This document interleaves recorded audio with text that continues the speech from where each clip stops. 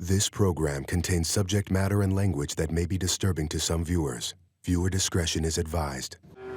Empty guitar cases filled with dreams. My name is Jeff. I'm 33 years old. 'Cause it's in your blood. I'm an alcoholic. Music to me, it's the essence of life. Music is everything. It's the background to existence. The inspiration for what I do currently is not with me.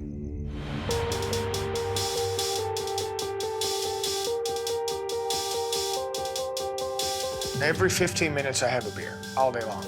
My brother drinks enough to float a ship every day, every single day. I worry about his health. Jeff is diabetic, and alcohol sure doesn't help it. He don't eat food. His breakfast, lunch, and dinner is beer, beer, beer, beer. He just needs to stop. And he says, too, that he just can't do that. There's no possible way for him to stop drinking. And it's sad because there's so much talent there, and it was wasted. He's so smart and could do so many things. So it's very sad to me. Jeff, he was a roly-poly baby. He was cute as a bug. We didn't have a lot of money or anything, but we were pretty happy. Mom's an angel. Dad was a wonderful father and a super protector and a hell of a man. When Jeff was young, I noticed he was abnormally shy at school. My brother, he was mocked and teased as a kid. I definitely would characterize Jeff as sensitive, highly, highly sensitive as a little boy. If someone hurt his feelings, took him longer to get over it.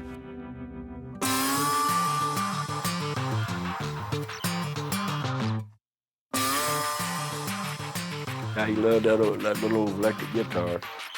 Dad showed him the basic chords, and then he pretty much taught himself after that. He burnt the guitar. He got good on him.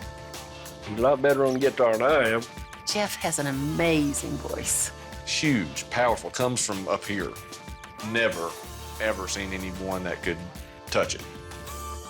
Ever. Jeff wanted to be a rock star. Nobody really saw any reason why he couldn't be.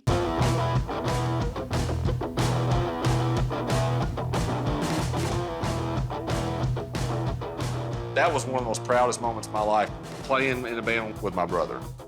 Stan absolutely worshiped the ground Jeff walked on. I was just enamored by it.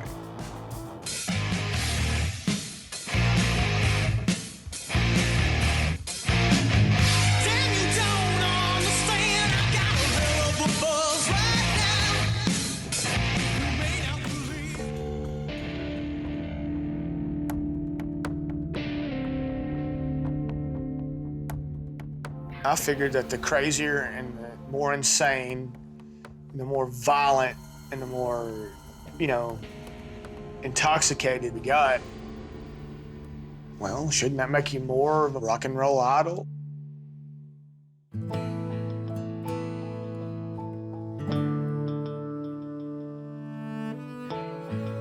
She was so pretty, so innocent, so beautiful. The first night we met, I said, "What would you say if I said I love you?"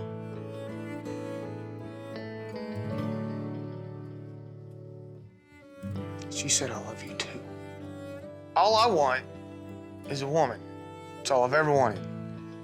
I couldn't believe that someone that beautiful and that smart would have anything even to do with me.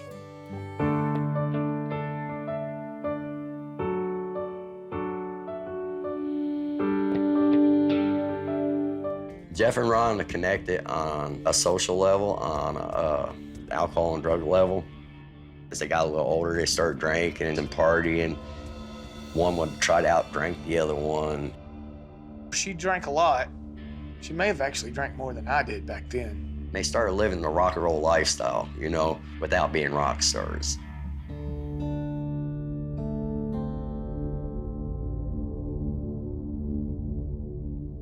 Alcohol became his #1 priority.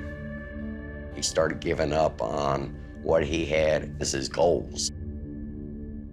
He would come to rehearsals, practice drunk and not being able to sing. He wouldn't stay focused because he was too friggin' drunk. Before you knew it, man, the band had just fell apart.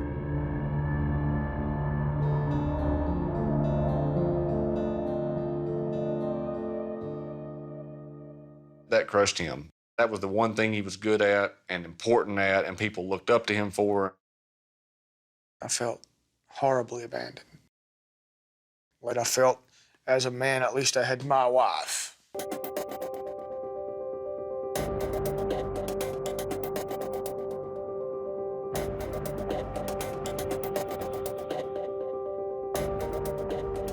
Rhonda would, from time to time, every now and again, she would stop drinking for a few days. I don't think she realized that people who drink that much and are that far, dependent on it, when they stop, need to be in the hospital.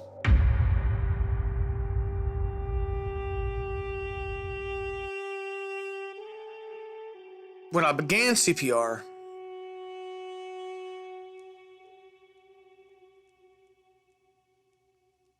I figured it was okay. Her arms were cold, but her body was warm. I just got out of bed with her. He got the kids and brought them to the house and told them to go back in the back room and play. And then I said, what's the matter? He was shaking. I said, what's the matter?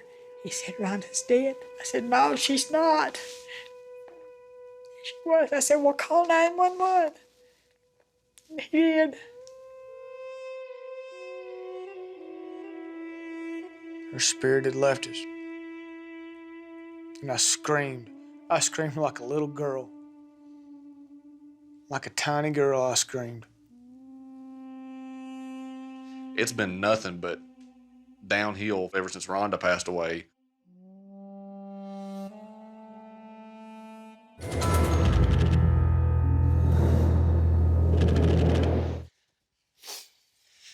I don't know if I can do this.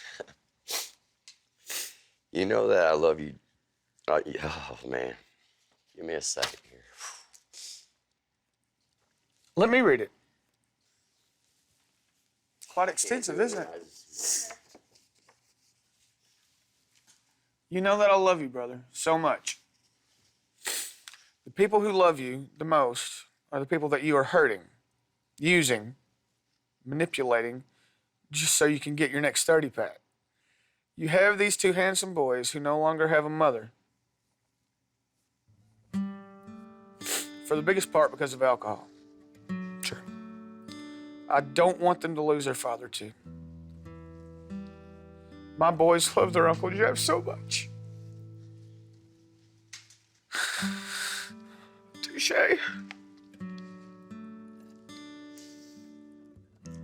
You can have a future ahead of you if you would just put the beer down.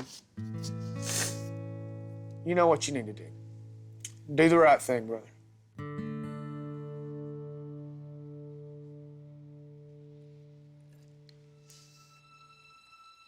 Will you go away to get better?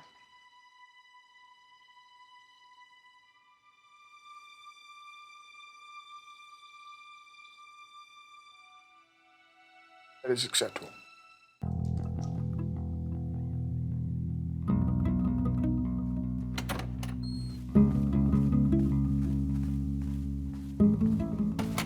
Youngins, they're sending me off to Louisiana. So what? Yep. And they're gonna take me away for quite a time. And they're gonna try to get me to... Stop? Yes, stop drinking.